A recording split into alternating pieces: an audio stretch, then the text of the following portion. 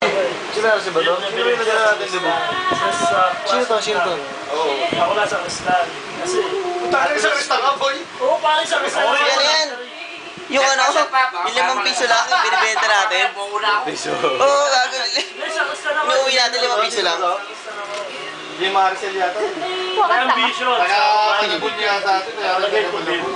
Pinalo mo ba ako dito? Parang First year, yung parang ako Hindi kita pinapalo, ah. Leche Sila ka. Erwin, si Erwin gusto ko makita eh. Tangin to si Erwin. Ay, ito ba si Erwin? Si Erwin gusto ko makita eh.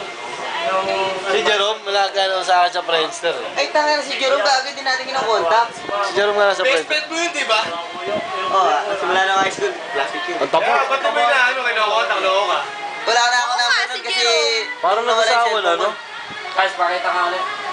Kontakin ka nga sa Friendster ulit. Kailangan ko Hindi, ano siya eh, nag-view sa akin, yung pinaka-prime pick niya nasa Ocean Park. Oo nga. Kasama sila ni Princess.